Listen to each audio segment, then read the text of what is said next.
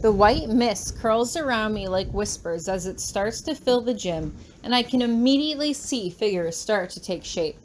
Potsdam hits Damien with a blast of white magic, and my body slumps lifelessly to the floor.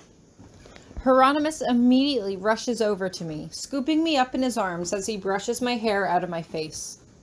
Was this when I was trying to reach him?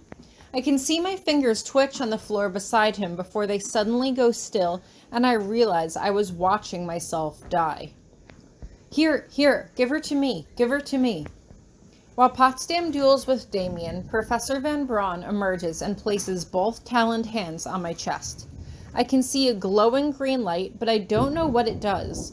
Professor Van Braun taught both red magic and green magic in advanced years, and it made sense that she knew more about healing spells than Hieronymous did. She's fading, she says nervously. I'm sorry, Hieronymous. I think I might be too late. No. Hieronymous is trembling now, shaking with either rage or emotion. Maybe a combination of both. He turns to me. Come on, Tori, you've never given up on anything in your life. Don't give up on me now. He looks like he's about to break down completely, and I quickly turn my attention to the duel, which had now been joined by Jason. I didn't see him come in, but Damien seems to be enjoying taunting him.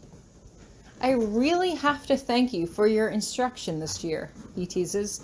You've been so helpful to answering my questions, helping me grow more powerful, and it never, ever crossed your mind that the same spells you taught me might one day be used against you. What's this guy talking about? Jason shouts over to Potsdam. Dude, I've never met you. No? Have you forgotten little Tommy already? Damien taunts, and I can see the look of shock cross Jason's features. Hey, Grabby, he yells over his shoulder.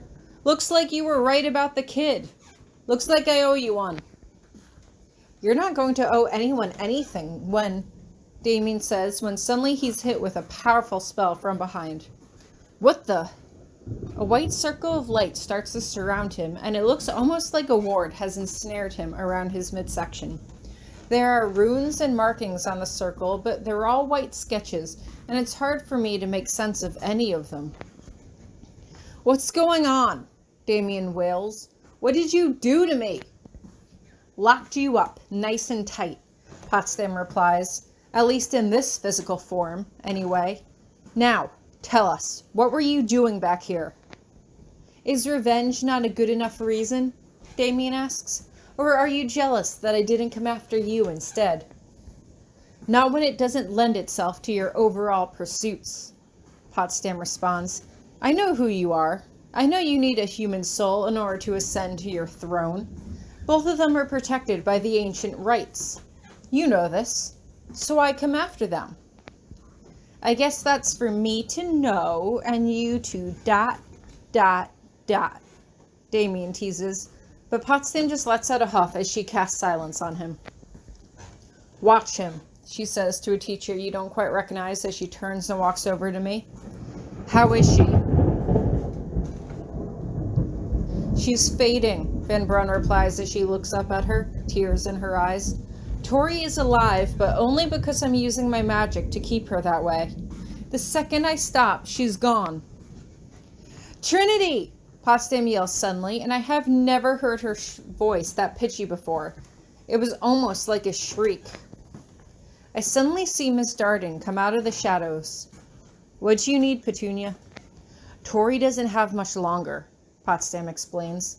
We need your hoodoo magic. I need you to invoke one of the solemn bonds to keep her alive. That's serious magic, Miss Darden hums as she looks at me lying on the floor. If this girl's not worthy, the magic won't take. It's a lot to sacrifice for a glimmer of hope. Do it, Hieronymous says shakily as he gets to his feet. Do it. And you think you're going to bond with her? Miss Darden asks as she raises an eyebrow. Boy, you can barely stand. It doesn't matter, Hieronymous replies. If she dies, I die anyway. I have nothing to lose. Jason looks back and forth between them as he steps forward. Screw it. I told you I owed you one, Grabby, didn't I? Let me do it. No, Hieronymous insists. His voice is strong, although it looks like it takes some considerable energy just to stand. We don't have a lot of time here, Van Brun replies. We have a minute tops, or I'm going to lose her. I'll do it, Jason says with more conviction in his voice. Hieronymous looks nervous, but stands down. You do realize that if this magic doesn't take, the 3 kindred will claim your life too? Miss Darden asks, but Jason just shrugs. Tori seems like a bright, talented girl, he replies. For what it's worth, I think she's worthy, or whatever that means. All right, Miss Darden says. She begins chanting in another language, occasionally explaining to Jason that our lives would be linked through our blood. She takes a small object and makes a cut in each of our palms in a specific shape, and then has Jason hold my hand and press them together. As long as Jason had my blood in his system, and he had his blood in mine, our lives would be linked. If either of us happened to die before the new cycle was complete, we would both die. Jason never told me this. Hieronymous never told me this. Why had no one ever told me this? As soon as the ritual is complete, Miss Darden gestures to Van Brun, who slowly lets the green magic fade. They all stare down at me, but I don't seem to be moving. She's breathing, Hieronymous says with a sigh of relief. She's still alive. He turns to Potsdam as he bends down to scoop me up in his arms. What about her memories? Have they been restored? They will be in a minute, Potsdam replies under her breath. She doesn't move, but suddenly I hear Damien let out an ear-piercing shriek of pain. He screams and screams as if he was being set on fire. Now then, are you going to restore her memories? Fine, Damien breathes, trying to catch his breath as he turns his attention to Hieronymous. You can have your princess back, Grabby. You two are going to make yourselves miserable, and I only wish I could be around to watch your fragile little relationship implode. Enough, Potsdam snaps. It looks like she's about to say more, but the white mist swirls away, leaving nothing but the shadows that Potsdam and I cast on the floor. Tori? She asks as she turns to me. You're trembling. I can't find the words. It feels like my mouth is suddenly too small for my tongue, and I can't help but fall to my knees as I stare at the spot where my body had been. Oh, enough with the dramatics. Get up. You're fine now. Completely fine. We all made sure of that. But, Jason, I ask as I turn to her, his life is linked to mine now? How come no one told me that? So if I die, Jason dies too?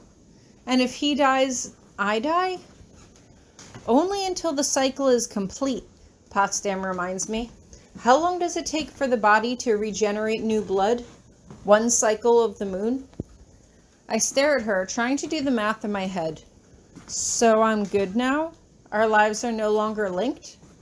She nods, and I can't help but let out a sigh of relief. What about Damien? What happened to him?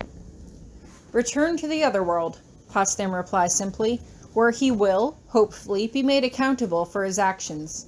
He is in prison now, although for how long, I cannot say. We are not the guardians of magical justice, Tori, and we cannot decide his fate. Only those who rule in the other world can do that. So, he can still come back here at any time? I ask, and Potsdam shakes her head. He was banished from this plane, she tells me, although it remains to be seen how effective that will be. Demons find ways to skirt the rules all the time. He may come back, though it's doubtful that it would be in our lifetime. I pause for a moment as I think this over. So, he was a real demon then? I remember he told me once that he was a Cambion, the offspring of a human and a succubus or incubus. But he was really a demon prince? Unfortunately, it does seem so, Potsdam replies. She looks like she's about to say more, but stops short when she sees the look on my face. Whatever the case, you are safe here. You are safe with Hieronymous, and the wards at Ravine Cottage will keep you safe there as well. Besides, I think he learned his lesson messing with you. He cannot claim your soul, so you are of no use to him. No, it is more likely he will move on to a new target. That doesn't really make me feel any better. Hieronymus told me he was dead, and that's how my memories were restored. How can we trust Damien didn't leave something hidden from me? We can't, Potsdam replies simply, but his memory magic was never all that strong to begin with, and you seem to have broken through it all on your own. There might be one or small details that slipped through the cracks, but overall I believe you were made whole. I can't help but sit there and stare at the wall in front of me. I had just learned so much that I didn't know how to make any sense of it. The worst part was I couldn't talk about any of this with Hieronymus. How was I supposed to explain to him what I learned? Or let him know that I knew he was lying to me all this time? These memories are yours now, Tori, Potsdam tells me. You don't have to share them with anyone you don't want to, or at least not until you're ready. Take some time to think this over, but I must caution you to think twice about who you share this information with. For all intents and purposes, Damien will never trouble you again. It might be wise to consider this before inciting a panic. No, I shake my head from side to side. No, you don't have to worry about me. Hieronymus told me he was dead, and I passed that along. If I tell everyone the truth now, it'll just be admitting that Hieronymus lied to me because he couldn't trust me enough to tell me the truth. I can't handle that. Oh, Tori, Potsdam sighs as she shakes her head. Your blind loyalty to that man is astounding, to say the least, but I suppose you're in good company. I don't know what Hieronymus would have done if anything had happened to you that night, but you're here now, at least, so hopefully we can clear our minds of what's past and move ahead to the future, Yeah, I say as I nod my head forward slowly. Silence passes between us for a few moments, and Potsdam lets out a sigh. Come, Tori, I think we best get you back to bed, She asks as she holds her hand out towards me. I pause for a moment and then nod. Right now, I wasn't sure what mood Hieronymus would be in to see me again, but that was okay. I didn't really want to talk to him either right now. I wanted to be alone with my thoughts, to try to process everything that I had just seen. But at the same time, I needed to see Hieronymus again. I needed to make sure he was okay. I wasn't sure why. I didn't think he had gone anywhere, but I just wanted to be in the same room as him. I just wanted to sit where I could see him, and he could see me, just so we were certain that each of us was okay. He may be angry at me now, but Hieronymus loved me.